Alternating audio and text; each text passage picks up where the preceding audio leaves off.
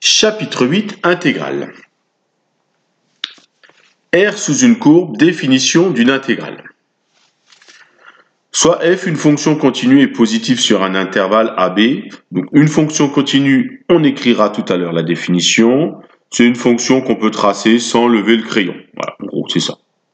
On ne va pas étudier spécifiquement cette année, ça sera plutôt pour les années prochaines. On note CF la représentation graphique de cette courbe et on cherche à déterminer l'aire du domaine délimité par la courbe CF, l'axe des abscisses, l'axe horizontal, je vous rappelle, et les droites d'équation x égale a et x égale b. Bon, en fait, c'est l'aire qui est assurée. L'unité d'aire, ça sera le rectangle qui est là. Donc, lorsqu'on calculera l'aire d'une courbe, on aura le résultat en unité d'aire. Cette aire s'appelle l'intégrale de la fonction f de a à b. C'est une définition. Et on la note avec un espèce de S allongé comme ça. Ici le a, ici le b, f de x dx. Remarque, à la place de f de x dx, on peut écrire f de t dt, comme les physiciens, lorsqu'ils dérivent par rapport au temps. Voilà. On voit tout de suite un exemple. Tracer la représentation graphique de la fonction f de x égale 2x et calculer intégrale entre 0 et 2 de f de x dx.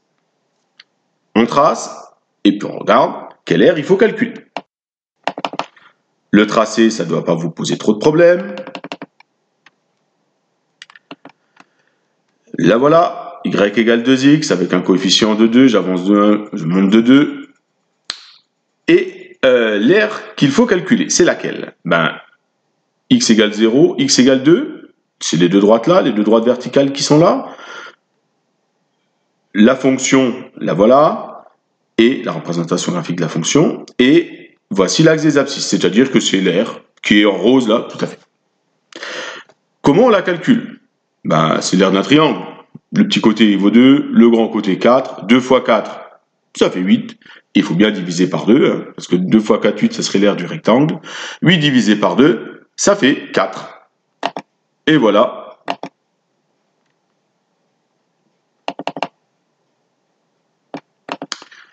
Pour la première intégrale. C'était une première façon. Une deuxième façon de calculer les intégrales, c'est d'utiliser la propriété. Donc comme je vous ai dit, je vous ai réécrit la définition. Une fonction est continue sur un intervalle si elle est continue en tout point de cet intervalle. Graphiquement, la courbe représentative d'une fonction continue est un trait continu obtenu d'un seul trait sans lever le crayon. Les fonctions polynômes, rationnelles, logarithmes, exponentielles, trigonométriques sont des fonctions continues sur leur intervalle de définition. Attention. Voilà. Donc, la propriété qu'il va falloir apprendre, c'est la suivante.